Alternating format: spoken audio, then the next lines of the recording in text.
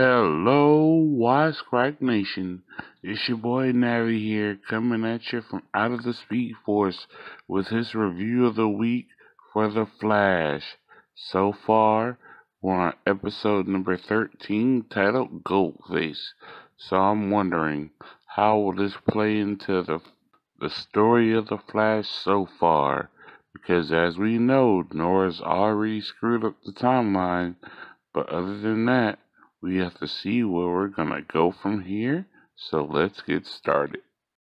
We begin this episode by seeing that Sherlock is still investigating Nora, and then Nora's finally caught on to him by phasing in through the walls to notice that he's been watching her secretly.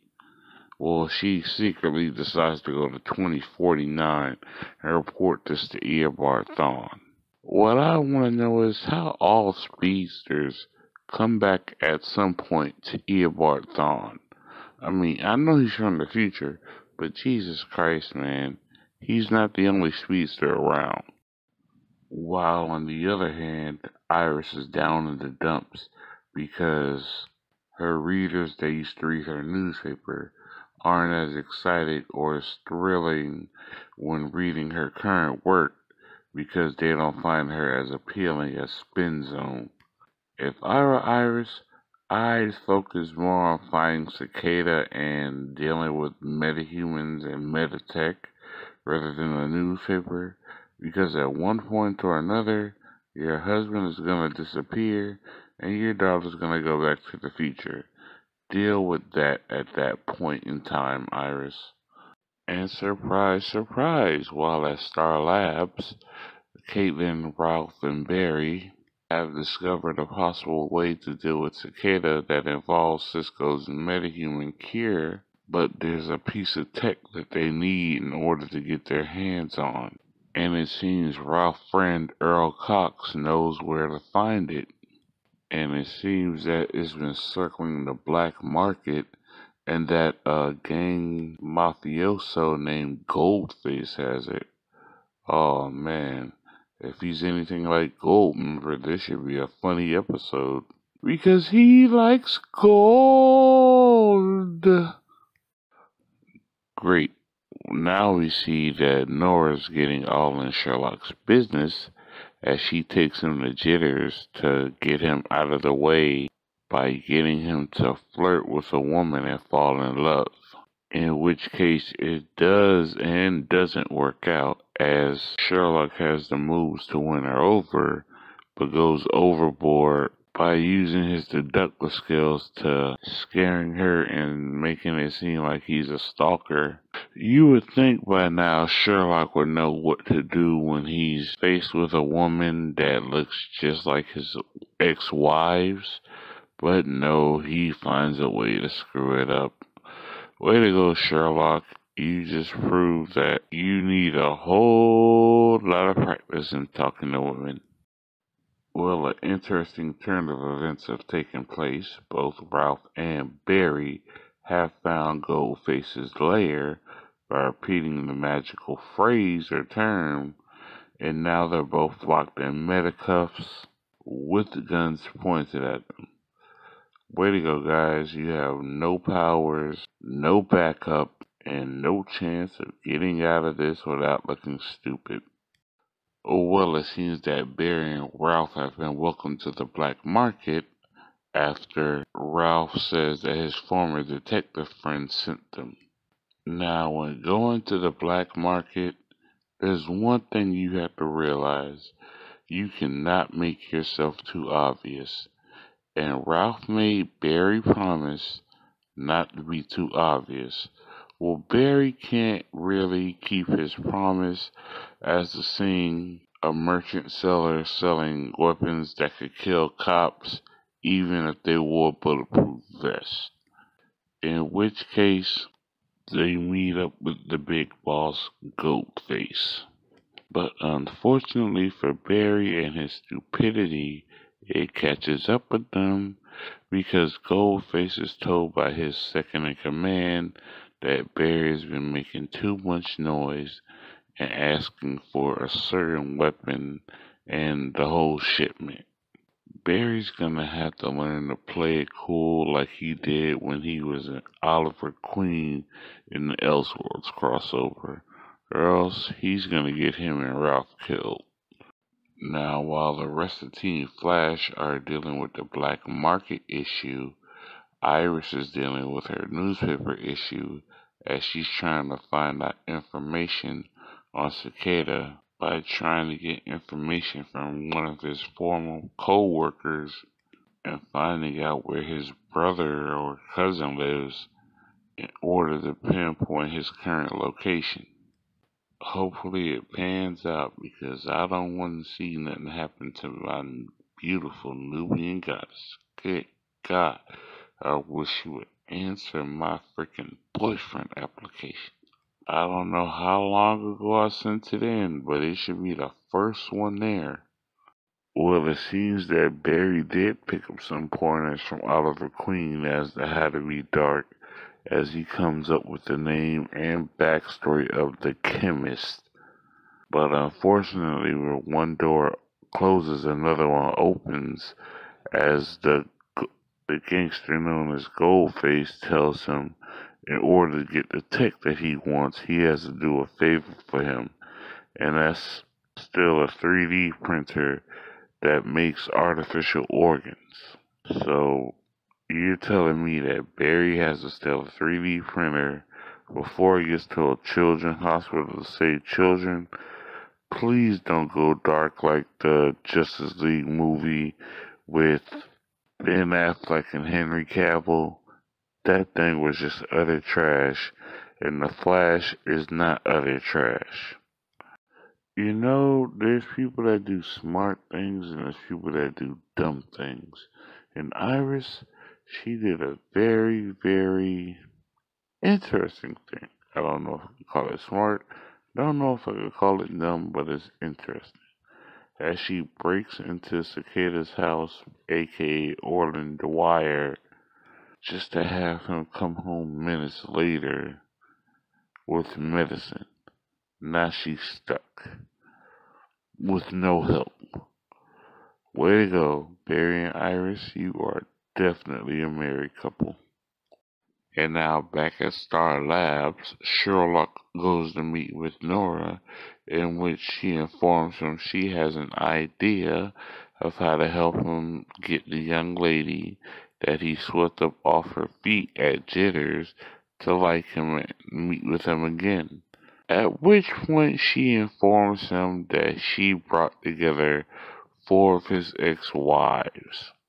But little did she know that Sherlock owed them all alimony money, and she has informed them of where Sherlock is and on which earth.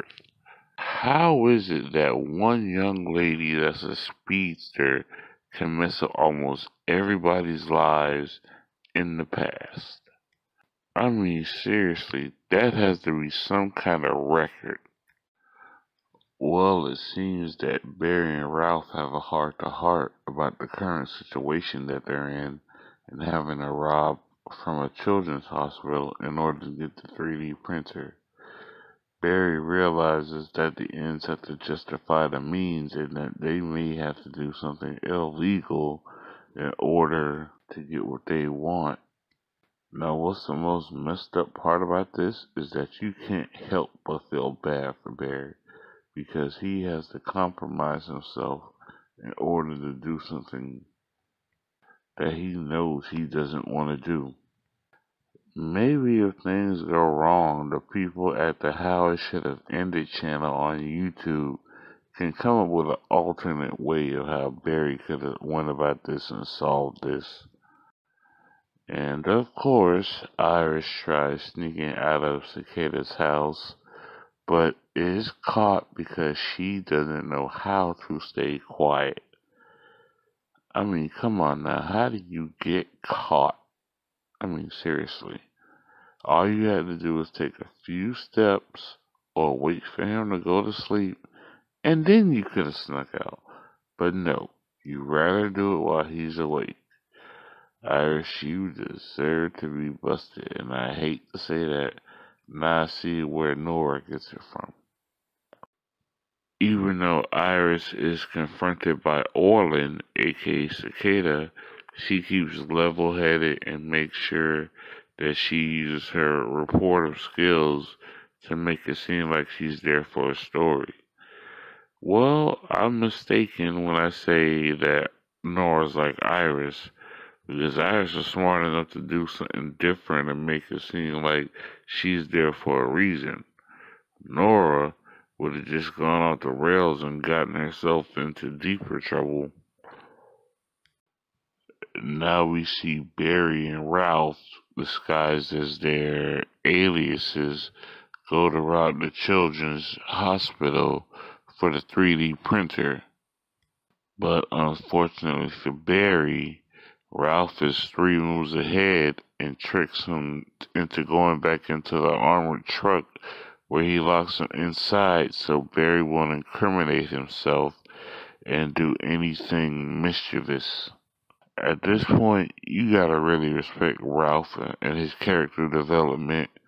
Is like he's a good guy who works on both the good side of the law and the bad side of the law. And even though he's not the sharpest tool in the drawer, he'll still do the right thing when it falls down to it. In my opinion, Ralph is like the Krillin of the Flash. So even though Krillin has barely any skill whatsoever after Dragon Ball, he's pretty reliable when it comes down to it. We'll leave it up to Barry to be MacGyver and find a way out of the van as he strips the bolts off the door. I'm telling you, Barry being partly a genius is one of the best things that he has going for him.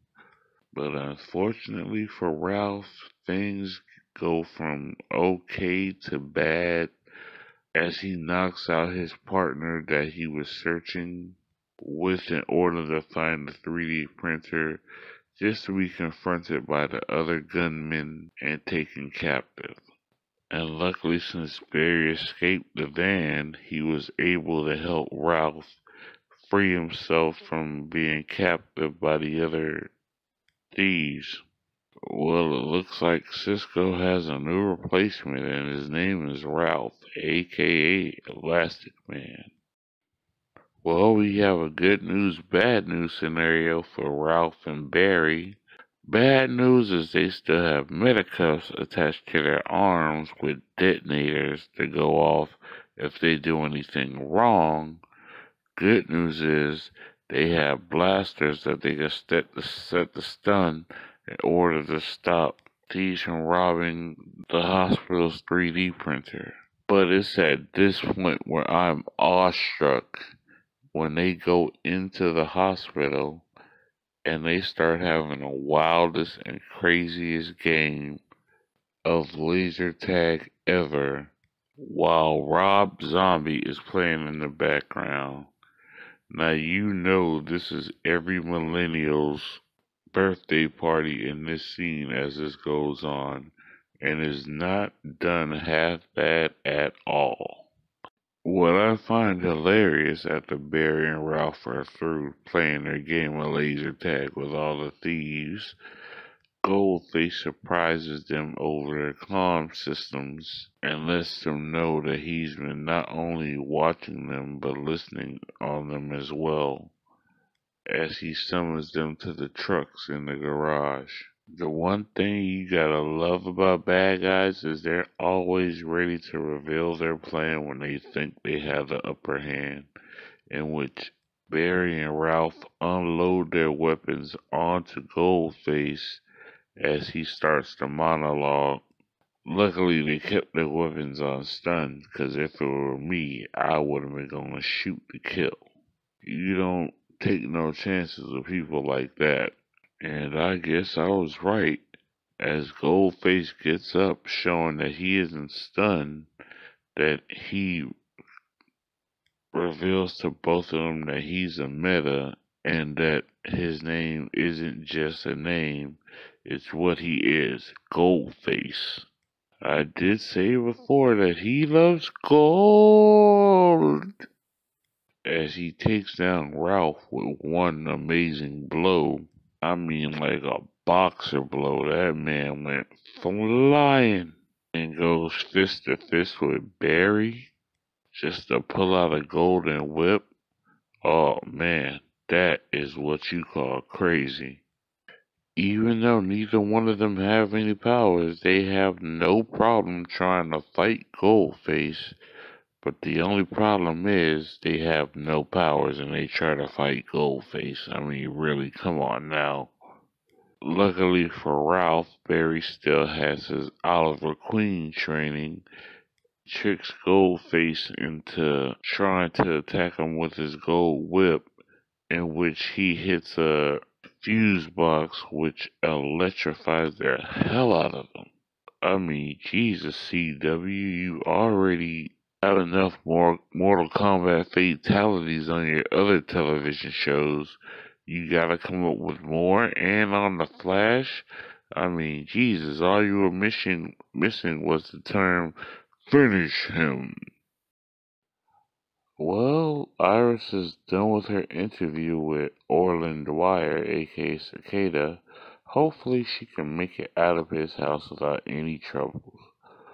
Oh wait, she sort of messes up and reveals that she had a purse with her, but Orland didn't see her come in with a purse, but to walk out with one, that's showing that you were already there. Bad girl, Iris. It's at this point Cicada goes on the attack. Fortunately for Iris, she had pepper spray and a motive to stay alive, being black. Thank goodness with all that struggling she did, she was able to reach a knife and stab him in the chest, because you know Barry would have been pissed and down and out in Savitar where they came out if anything happened to Iris. After their real-world Halo gameplay, Barry and Ralph make their way back to Star Labs and get a call from Iris in which she informs them that she was attacked by Orland Dwyer, aka Cicada, at which point Barry flashes over to Orland's house and searches it, but to no finding of Cicada whatsoever. So that means now Cicada's on the run and hardly has anywhere to go. Well, it seems that Sherlock has convinced the doppelganger of his wife that he's not a creep or a stalker, but a detective. By showing us off his deductive skills on the gentleman at Jitters and confirming that he is, she gives him her number and says that he can call her sometime. Well, way to go, Sherlock. You got them digits, bruh. You just got you a pimp card right there, my friend. You using your skills to your advantage. Luckily for Sherlock, he has a chance of getting with her and getting to know her better. But the bad part is, he realizes by the end of the episode that she's a meta after watching the door swing open for her without her touching it. So what does this mean? As for right now, he postponed his investigation on Nora and starts paying more attention to Cicada in order to keep her safe. Because there's one thing Wells knows, that he's not going to let his woman get hurt in any kind of way. Well, Wisecrack Nation and Flash Fanatics, as for right now, I'm going back into the Speed Force to get some rest and relaxation and prepare for next week's review. Please remember to stay wise, crack hard, and don't forget to like, comment, share, and subscribe for this video. Peace, my good people.